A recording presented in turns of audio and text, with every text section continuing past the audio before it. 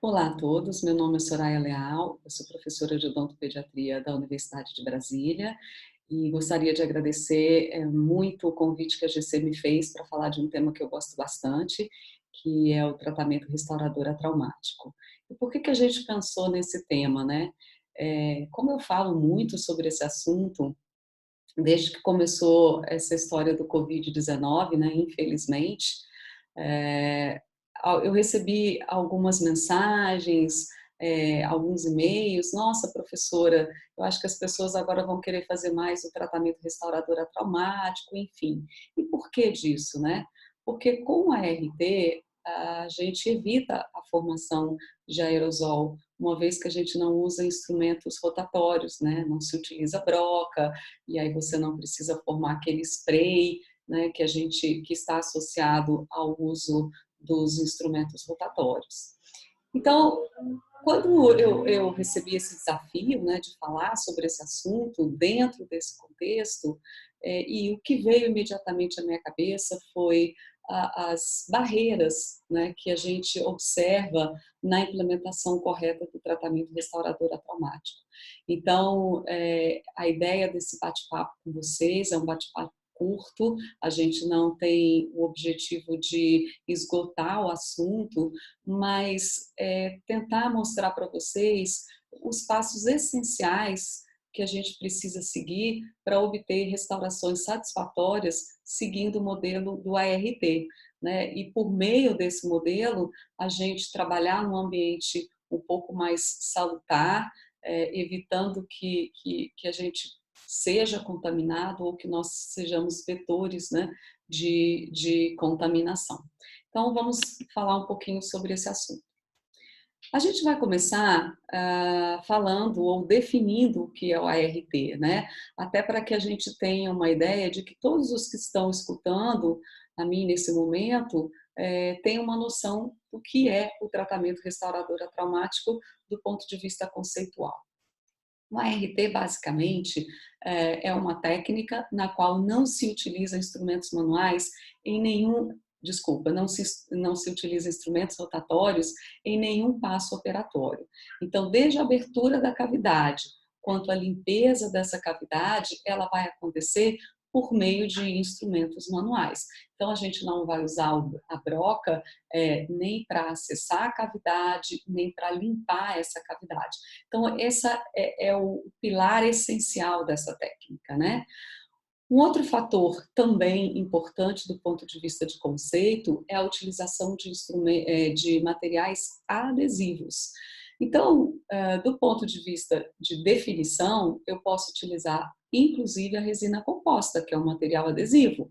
Eu posso utilizar um ionômero de vidro modificado por resina, que também é um material adesivo. Mas 99% dos estudos publicados com o ART foram realizados utilizando-se os cimentos de ionômero de vidro. E com o avanço desse material, hoje a indicação do melhor material para essa técnica, sem sombra de dúvida, são os ionômeros quimicamente ativados de alta viscosidade. E a gente vai falar um pouquinho melhor sobre isso mais adiante. E por fim, a gente vai tanto por meio dessa técnica fazer restaurações, mas ela também tem um componente preventivo que é o selante ART, que eu vou falar um pouquinho dele agora, já que o nosso foco hoje seriam as restaurações pelo modelo do tratamento restaurador atraumático. Então, as indicações de um selante ART são as mesmas para qualquer tipo de selante, ou seja, se eu for fazer um selante utilizando um material à base de resina, as indicações seriam as mesmas.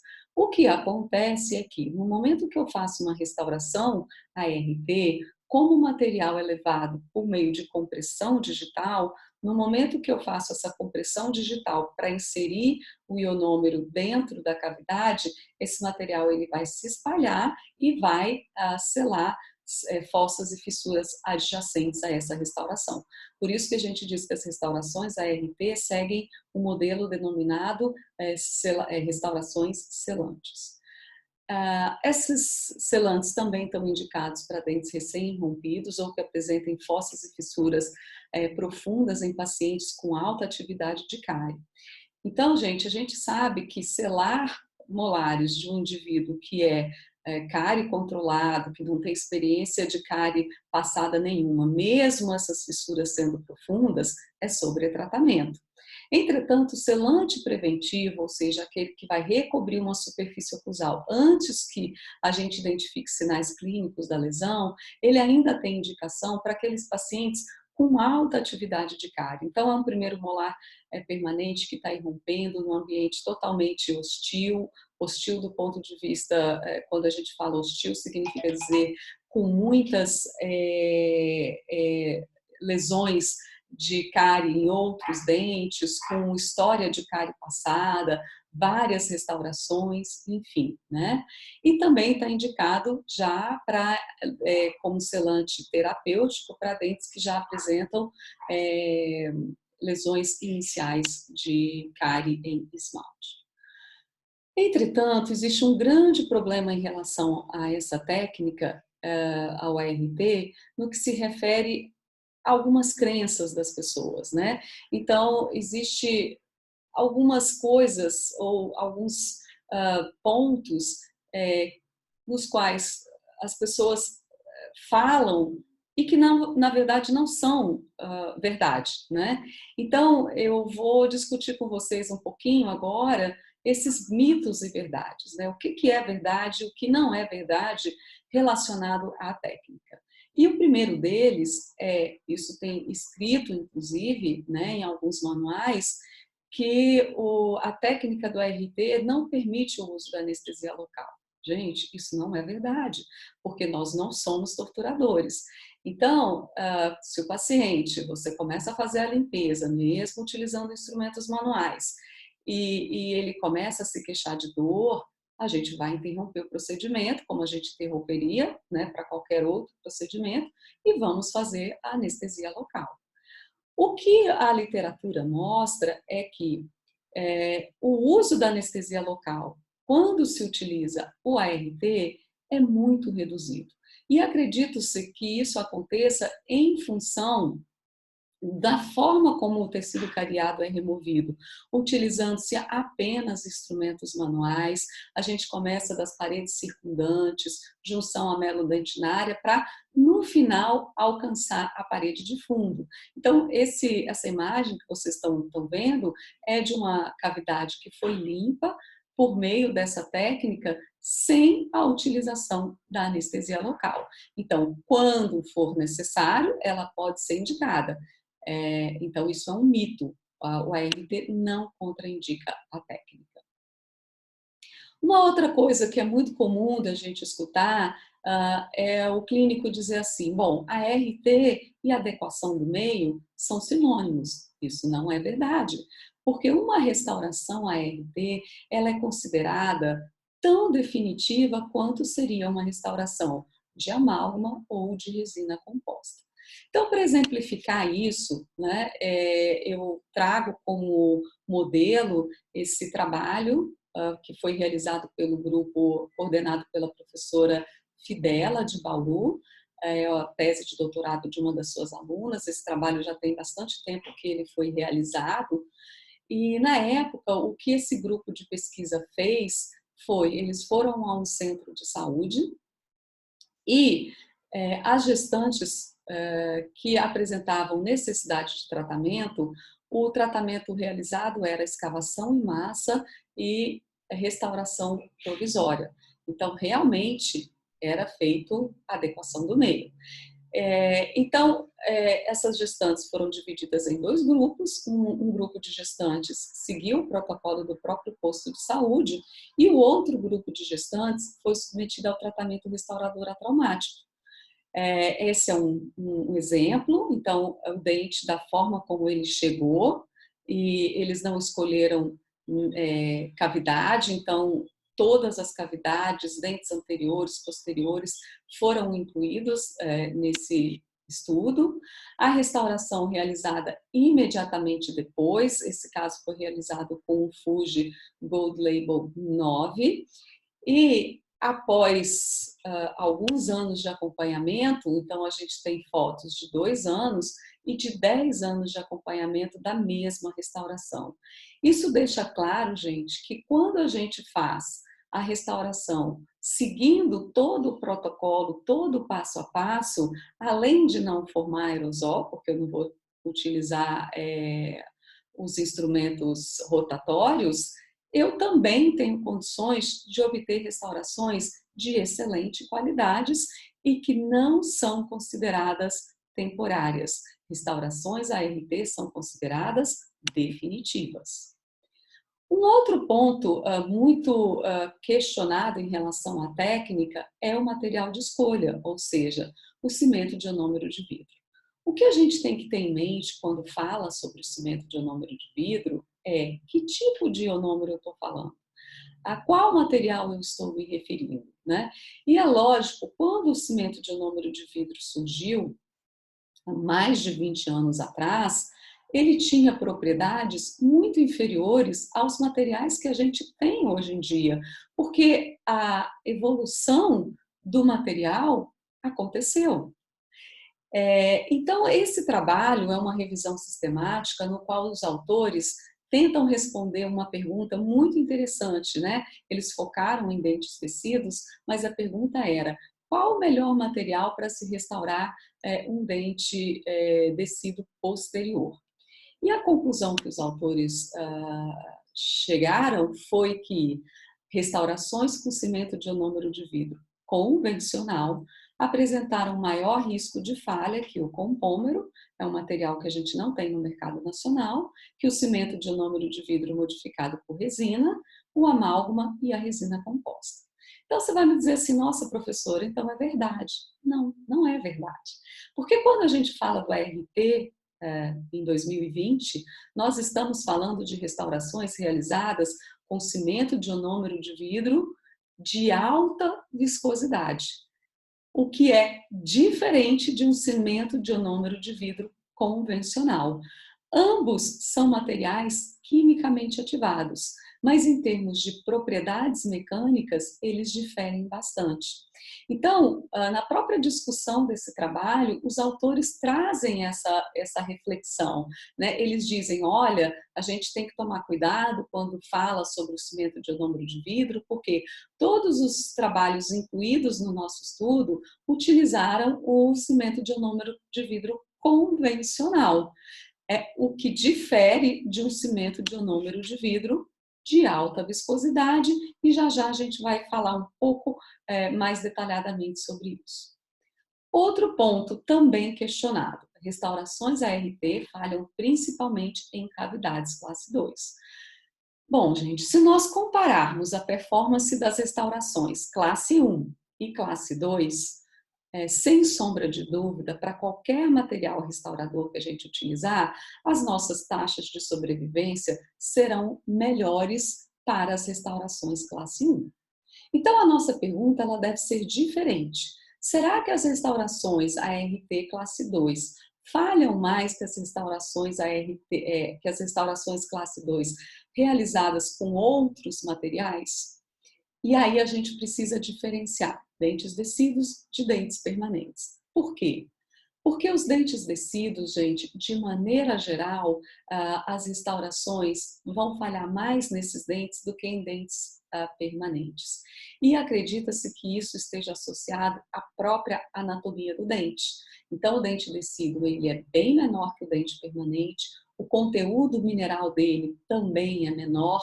Então, a qualidade da adesão que a gente tem, considerando esses dois dentes, são diferentes, é diferente, né? Então, para dentes permanentes, a gente tem poucos estudos na literatura com o ART, mas os estudos eles são bem recentes, são estudos que utilizaram os ionômeros de alta viscosidade ou já os sistemas híbridos, mostrando taxas de sobrevivência semelhantes à das resinas compostas para a classe 2. Para dentes descidos, a gente tem uma revisão sistemática muito interessante, no qual a pergunta dos autores foi: o ART é uma alternativa para restaurar superfícies oclusos proximais em dentes descidos? que eu disse para vocês que é o nosso grande desafio. E a conclusão foi de que restaurações ART apresentaram taxa de sobrevivência semelhante ao tratamento convencional. Ou seja, quando a gente comparou restaurações ART classe 2 com restaurações de amálgama e de resina composta, a taxa de sobrevivência foi semelhante. Entretanto, essa taxa de sobrevivência, gente, ela não é a ideal, ela é inferior à taxa de sobrevivência que a gente consegue obter se a restauração fosse colocada em uma cavidade classe 1. Então, as cavidades ocluso-proximais de múltiplas superfícies ou classe 2 em dentes descidos, elas são sim um desafio para o clínico, independente do material restaurador que a gente for colocar, a não ser que eu esteja pensando nas coroas de aço. Com relação a essa questão, a gente ainda tem um último ponto que o ART é uma opção para populações carentes ou situação de campo. Então, existe um certo preconceito daqueles que não conhecem bem as vantagens, né, da utilização da técnica. Por quê? Porque a técnica surgiu realmente para equacionar uma demanda de uma população de vulnerabilidade social na África. Entretanto, gente, com tudo que se sabe a respeito da técnica, né, nesses 30 anos ou mais que ela surgiu, com todas as pesquisas, é que ela pode beneficiar, sim, pacientes que estejam também em consultório. E sobre isso é importante dizer que o fato de eu fazer uma restauração ART em consultório não descaracteriza a técnica, desde que eu não utilize instrumentos manuais. Então, a criança ou o paciente pode estar sentado numa cadeira de um equipo convencional. Se eu seguir todos aqueles passos iniciais, ou seja, abrir a cavidade, limpei a cavidade com instrumentos manuais, eu estou dentro da filosofia da técnica. Então, esse é um caso que foi realizado em consultório, tá? Um paciente de nível socioeconômico elevado, 16 anos, no qual o ortodontista precisou interromper o tratamento ortodôntico em função do número grande de lesões cariosas. Se a gente contar com as restaurações que já estavam presentes na boca, o CPOD desse indivíduo era de 15. Então, um adolescente extremamente cariativo, com muita gengivite, né? A gente está vendo uma inflamação gengival, ele já reportava dor não espontânea, mas durante a mastigação. Então, a gente precisava resolver esse problema desse paciente. E aí, na hora que você olha, você fala assim, nossa, professora, eu estou vendo muitas lesões iniciais em esmalte, mas eu não estou vendo tantas cavidades. É porque essas cavidades estão cobertas por biofilme. Então, a radiografia nos permite ver tanto restaurações passadas, quanto lesões extensas e interproximais que necessitam tratamento nesse momento. Então, a opção aqui, gente, foi realmente pelo ART, inclusive considerando o perfil desse indivíduo, né?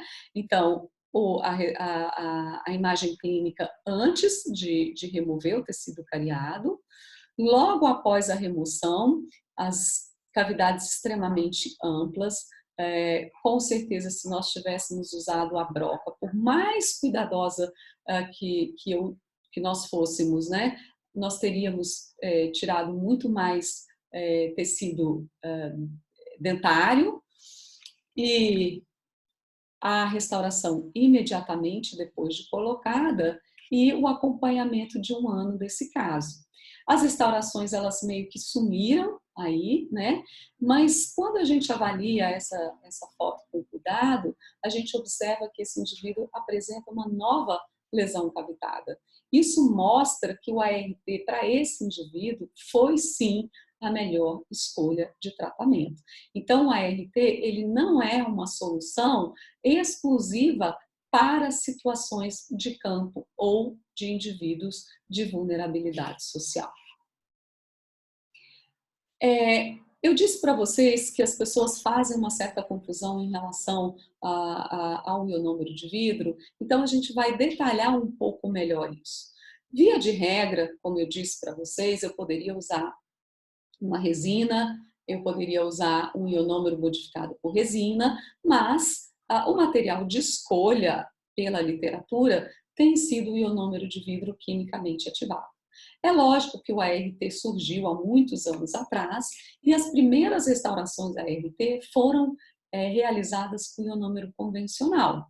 O que quer dizer ionômero convencional? É aquele ionômero, gente, que a gente vai espatular, né, obedecendo a proporção pó-líquido, e no momento que eu termino a espatulação, eu levanto a espátula e forma mais ou menos que um fio, né? Esse ionômero de vidro, gente, ele é um ionômero de baixa viscosidade. Então, se você quiser, professora, é esse ionômero que eu tenho no meu trabalho, e ele é difícil de trabalhar, ele é difícil mesmo de trabalhar. Então, eu quero aumentar, melhorar aí um pouco essa viscosidade dele, eu aumento a quantidade de pó. Não façam isso. Por quê? Porque você vai estar interferindo na proporção pó-líquido e vai alterar de forma negativa as propriedades mecânicas desse produto. Então, com o avanço tecnológico dos produtos, surgiram os ionômeros de alta viscosidade. São ionômeros também quimicamente ativados e que inicialmente a diferença maior entre ele e o convencional é que a gente conseguiu, ou o fabricante conseguiu, agregar mais pó na mesma quantidade de líquido, aumentando ou melhorando as propriedades mecânicas desse produto. Na sequência vieram os ionômeros encapsulados e como vantagem em relação àqueles que são espatulados manualmente, a gente tem a gente evita, na verdade, né, os erros que podem acontecer durante a espatulação manual, erros associados ao operador, né, não obedecer à proporção pó-líquido, não agregar todo o pó no líquido, enfim, várias coisas que a gente sabe que acontecem. E, na sequência, surgiram os sistemas híbridos. E o que a gente tem hoje no mercado nacional é o sistema Book-Fill híbrido, denominado Equiaforte. Ele é híbrido pelo seguinte, ele é um ionômero quimicamente ativado de alta viscosidade, que você vai inserir, ele é encapsulado por meio de uma cápsula, o ionômero vai tomar presa, como a gente está acostumado, mas no momento de proteger a superfície, para evitar cineres e embebição, ao invés de eu utilizar um esmalte de unha ou uma vaselina, o que eu vou utilizar? Eu vou utilizar um coat, né, que é mais ou menos um adesivo que vem com o próprio produto, que é fotopolimerizado. E isso melhora, preserva melhor o ionômero nesses primeiros 24 horas, que são cruciais para a presa final do produto, né? Então, por isso ele é denominado um sistema híbrido, porque ele é recoberto, protegido por um adesivo que é fotopolimerizado. Entretanto, quando a gente vai comprar esse produto, buscar esse produto no mercado, há uma confusão muito grande, porque o fabricante ele não denomina o seu produto, na maioria das vezes, como alta viscosidade. O que ele coloca é que, na indicação do produto, esse produto está indicado para restaurações ART. Mas a gente sabe que restaurações ART hoje, considerando tudo que eu já falei, devem ser realizadas com ionômeros de alta viscosidade ou sistemas híbridos. Bom, e aí o clínico, ele se perde, porque ele não conhece as propriedades mecânicas do produto, ele não tem essa expertise. Então, tentando responder ou facilitar a vida do clínico, um grupo de pesquisadores do qual eu faço parte, denominado Brazilian Center for Glass Ionomer Cement Education, GIC Grace, que é liderado por uma professora de Bauru, professora Ana Flávia. O que a gente fez? A gente mapeou e nós conseguimos detectar 18 marcas de ionômeros de vidro quimicamente ativados, comercializados no país, para o ART. E nós submetemos todos esses 18 produtos a uma série de testes, todos na mesma máquina, sendo manipulados pelo mesmo operador, para que a gente evitasse um viés aí na realização destes testes. E para que um ionômero ele fosse considerado próprio ou adequado para uma restauração definitiva, como é a restauração no modelo ART, ele deveria alcançar uma resposta positiva mínima para todos os testes aos quais eles foram submetidos. Então, eu não vou ficar detalhando muito isso, mas o que vai aparecer agora, gente, são os produtos que se comportaram muito bem em todos os testes. Equiafort, GC Gold Label 2, Ketac Molares e Mix, GC Gold Label 9 e Glass Ionomer 2. Por outro lado, tiveram materiais que eles não alcançaram esse mínimo nessas propriedades e eles não podem ser considerados como materiais restauradores definitivos, que são esses em vermelho que a gente está vendo aqui. Ionoglass R, Vitrofil R, Bioglass, Maxion R, Magic Glass e o Ionomaster. Os demais, né, eles ficaram entre esses que estão lá no topo e esses que estão abaixo. Então, se nós fôssemos recomendar produtos para o ART, nós recomendaríamos esses que estão aqui em cinza na tela do nosso computador agora. Então, escolhi adequadamente o meu material restaurador. Eu sei que eu não posso trabalhar com ionômeros de baixa e média viscosidade ou os convencionais, porque eles não têm propriedades mecânicas para gerarem restaurações definitivas. Agora eu preciso treinar um operador. E aí a gente faz uma reflexão, né? Até que ponto você, clínico, se sente adequadamente treinado para fazer uma restauração ART? Você passou por um treinamento, foi supervisionado por um expert que discutiu com você todos os passos operatórios? Sim ou não? Então, eu vou dar um exemplo, gente, do Brasil Sorridente Indígena, que é um programa muito bacana do Ministério da Saúde, no qual dentistas, dependendo da localidade onde eles estão, eles têm que ir a campo, né? E em campo, o único tratamento odontológico que eles podem oferecer, ou os únicos, são a extração dentária e as restaurações ART. E os dentistas começaram a perceber uma falha muito grande nas restaurações colocadas em campo. E aí, alguém do Ministério entrou em contato com a gente e nós fomos em loco discutir com esses dentistas o que estava acontecendo, né? E aqui eu estou na primeira foto com um dentista que foi submetido a esse treinamento, é um dentista, inclusive, indígena. As técnicas em saúde bucal sendo treinadas para preparar a mesa operatória. A mesa operatória é que elas conseguiram preparar depois do treinamento. Então, é muito importante eu saber, né, que eu preciso de uma determinada cureta, que eu vou precisar de cunha, de matriz, que eu tenho que seguir uma proporção pó-líquido, porque senão a gente vai associando erros que vão, de forma negativa, interferir no meu resultado. E aqui, depois de toda essa preparação do campo, né, operatório, a gente foi treinar, então, com os pacientes, como vocês estão vendo aqui, né, uma dentista explicando para o paciente exatamente o que ela vai fazer.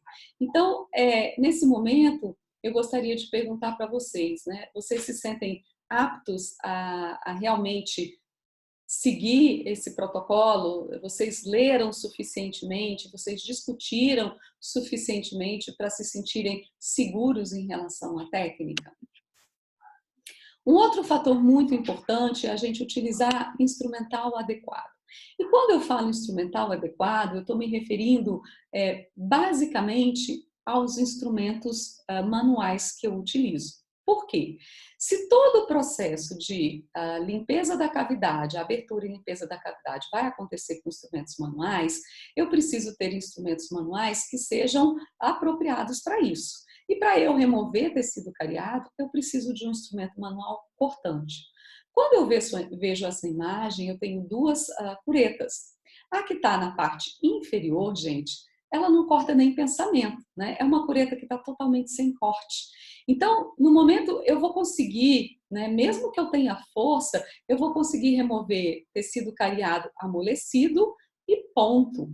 E aí eu tenho a sensação, porque a cureta não remove mais, que eu já limpei o suficiente. E eu vou deixar muito tecido cariado para trás, o que vai desfavorecer a performance da minha restauração. Um outro ponto importante em relação ao instrumental é a angulação da cureta. Então, a cureta que está na parte superior, além dela ser cortante, ela tem uma angulação que me permite, no momento que eu preciso limpar a junção amelo-dentinária, por exemplo, de uma superfície oclusal, que essa cureta entre e permita que eu faça a limpeza de maneira adequada. Se eu tiver com uma cureta como essa que está na parte inferior, ela é reta. Eu vou conseguir limpar a parede de fundo, mas na hora que eu quiser entrar nessa região, eu não vou conseguir limpar. E aí eu restauro uma cavidade que ficou com muito tecido cariado remanescente, e aí o insucesso ele vem, né? Então a gente tem os kits que foram desenvolvidos para a técnica, que estão disponíveis no mercado, mas eu não quero de maneira alguma dizer que é mandatório o uso desse kit. Ele facilita, se você tiver condições de trabalhar com ele, muito bom. Se não, você tem que estar atento para a qualidade do material que você está trabalhando com ele no momento da remoção do tecido cariado. Outro ponto importante associado ao sucesso da técnica é a indicação correta. Então, sem sombra de dúvida, o ART ele é muito bem indicado para as restaurações classe 1, tanto em dentes descidos quanto em dentes permanentes. As revisões sistemáticas a respeito da efetividade dessas restaurações mostram que as restaurações classe 1, tanto para dentes descidos quanto para dentes permanentes, têm uma sobrevivência semelhante às restaurações de resina composta e de amálgama. Então, para dente descido, gente, para mim é assim inquestionável. Eu acho que o ART é sim uma técnica que pode ser utilizada universalmente, tanto no serviço público quanto na clínica privada. Você não forma aerosol, você não gera um estresse na criança com o barulho, enfim, né? Para aqueles que são odontopediatras, sabem daquilo que eu estou falando. O ART, ele pode sim ser indicado para classe 2 em dentes descidos, mas a gente tem que prestar atenção em algumas características. Por exemplo, né, a quantidade de esmalte e a quantidade de paredes que eu tenho para apoiar a minha restauração, se eu comparo essas duas cavidades, a cavidade da direita, né, eu estando de frente para o meu computador, a gente sabe que quando eu limpar essa cavidade, parede gengival não existe ali, foi embora. Então, tudo que eu for colocar nesse tipo de cavidade, amálgama, resina ou o próprio ionômero de vidro, eu vou ter realmente muita dificuldade. Por quê? Porque eu não tenho paredes para fazer uma restauração, para colocar uma restauração de maneira adequada ali naquela região gengival, e isso está associado, a gente sabe, com o aumento de falhas. Para a classe 2 em dentes permanentes, aí a gente separou, por quê? Porque eu disse para vocês que dentes permanentes para a classe 2 eles se comportam diferente do que os dentes descidos. A literatura é bem recente sobre o ART nesses dentes e tem mostrado taxas de sobrevivência do ART em classe 2 em permanentes semelhantes às taxas de sobrevivência de resinas compostas. Então, pode e deve ser utilizado de acordo com a indicação do profissional. O ART, ele tem uma limitação muito grande em relação à reconstrução, grandes reconstruções, né? Por quê? Porque a gente sabe que o ionômero de vidro, mesmo com propriedades melhoradas, dependendo da força mastigatória, a tendência é de quebra. Então, esse é um dente que inicialmente ele foi contraindicado para ART, foi um tratamento realizado em campo, e aí ligamos para a mãe desse paciente para que ela pudesse levar a criança na clínica, e ela disse que não tinha condições, que ela não faria isso, que se nós pudéssemos fazer alguma coisa na escola, ela ficaria agradecida. Bom, mediante esse quadro, né, de recusa, a gente fez a remoção seletiva, não tínhamos em mão a radiografia, que eu já já vou falar sobre isso, limpamos o máximo possível, vocês podem ver que mais para o centro da cavidade, um pouco de dentina amolecida foi deixada para trás. Por quê? Porque a gente ficou com medo de, durante a remoção, expor a polpa. Fizemos a restauração. Nesse caso, gente, o que a gente indica é deixar essa região de maior impacto oclusal rebaixada, para evitar essa sobrecarga mastigatória. Então, aqui a gente tem a restauração imediatamente depois de colocada e 18 meses depois.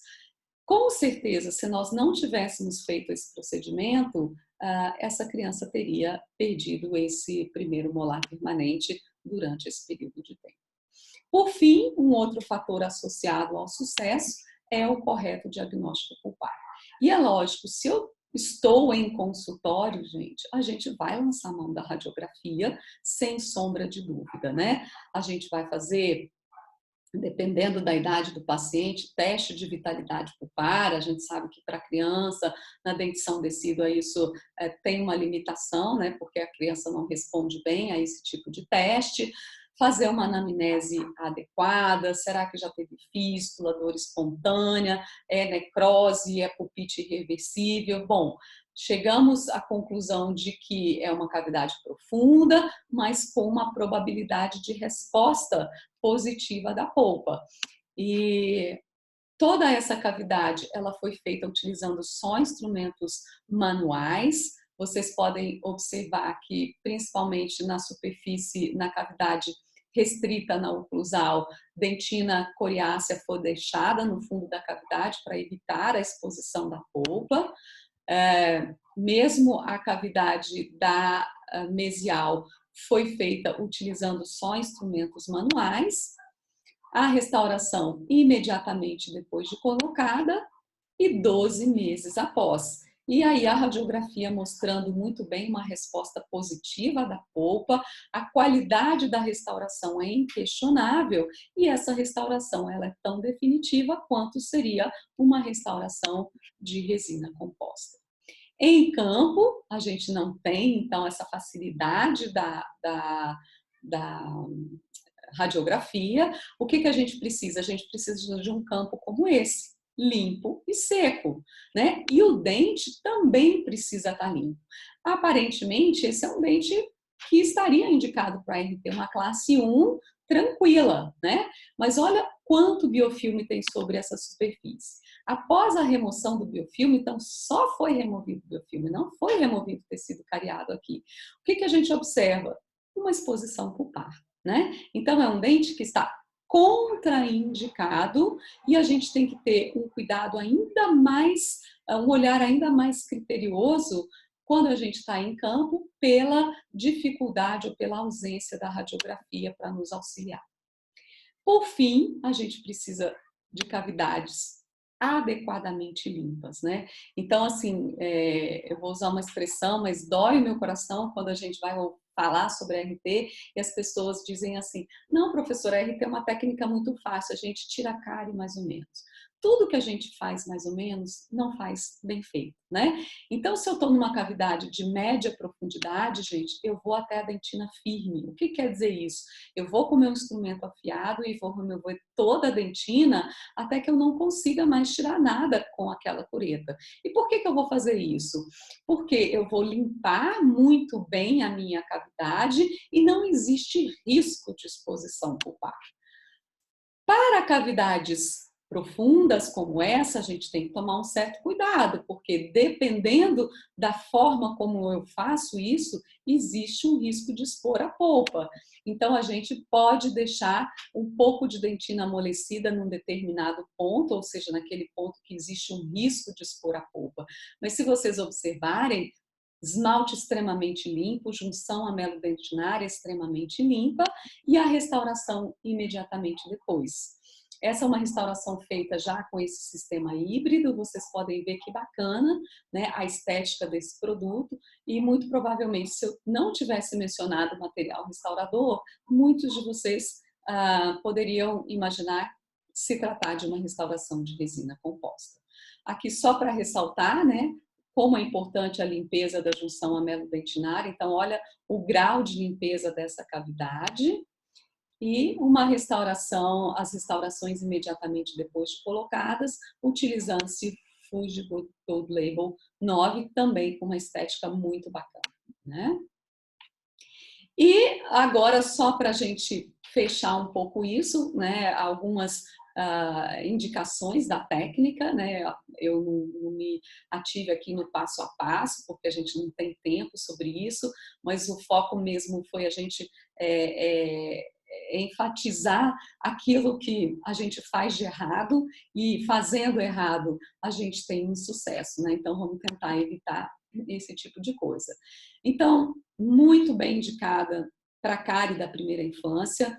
O ART, além de todas as vantagens que a gente disse em relação à não formação do aerosol, não formação do spray, ele é uma maneira muito bacana de introduzir pacientes muito jovens ao tratamento odontológico, porque você, quando não usa o alta, quando você não tem todo aquele aparato, você está ali só com o seu instrumento manual e tem uma condição de interagir melhor com o paciente, de conversar melhor com ele, né? E olha bem para esse caso, a gente tem cavidades numa determinada fossa e mancha branca na outra. E aí, quando você faz o ART, como a introdução do material é por meio da pressão digital, a gente, de uma vez só, é capaz de restaurar a cavidade e selar as fóssulas e fissuras que são suscetíveis ou que, nesse caso, já apresentam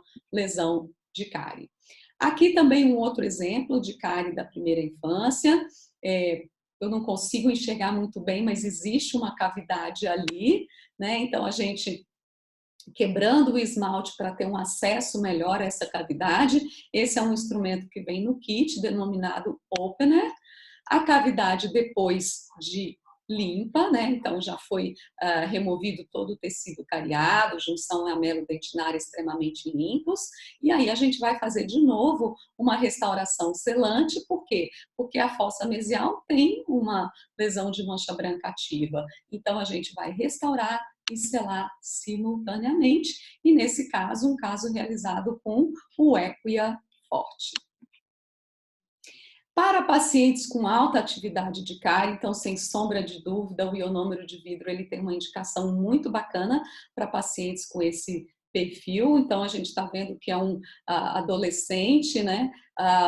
E se a gente observar o dente 16 e o 26, eles são como espelho, e essa lesão ativa branca mostra realmente que é um paciente que precisa ser controlado em relação à progressão da lesão.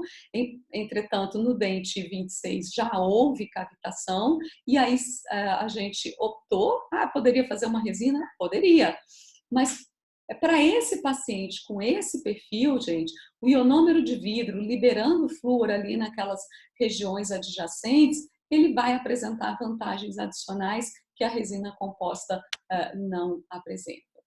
E uma outra vertente na qual os ionômeros de alta viscosidade estão sendo utilizados com bastante frequência hoje em dia são para dentes afetados por hipomineralização molar incisiva. A gente não vai ter muito tempo para falar sobre isso, mas a gente sabe que a resina composta, posso colocar? Posso.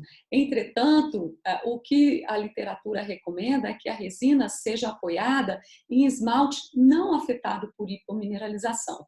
Então, se eu quiser preservar e não ser extremamente invasivo e remover toda a opacidade, o ionômero de vidro ele tem tido uma performance bem interessante para dentes com hipomineralização molar incisiva. Bom, então era isso, gente, e que eu gostaria de falar. Eu espero ter despertado aí a curiosidade de vocês. É lógico que a gente precisa buscar uma literatura para entender melhor sobre tudo isso que eu falei, para evitar que situações como essa aconteçam, né? Então, esse é um paciente que buscou a clínica lá do hospital universitário e a mãe disse que tinha pagado um dentista para fazer uma restauração como essa. Eu acho que não tem nenhum comentário, né? A imagem fala por si só. Né? Então, o ART, gente, ele é sim uma técnica simples, é uma técnica de baixo custo, porém, isso não significa dizer que os passos operatórios possam ser negligenciados. Então, se eu não escolho o material adequado, se eu não tenho uma cureta adequada, se eu não sigo o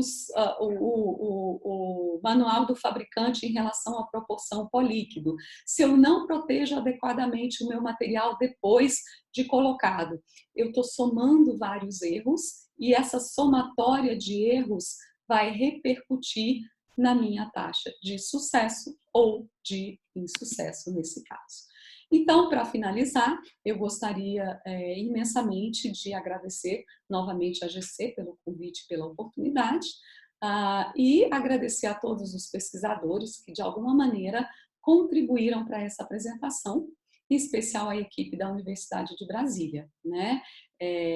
O meu contato, eu não coloquei aqui, caso vocês queiram entrar em contato comigo, vocês podem me escrever no e-mail sorayaodt, O de ovo, D de dado, T de tatu, @yahoo.com, e eu estou à disposição para tirar quaisquer dúvidas. Um grande abraço, espero que vocês tenham gostado.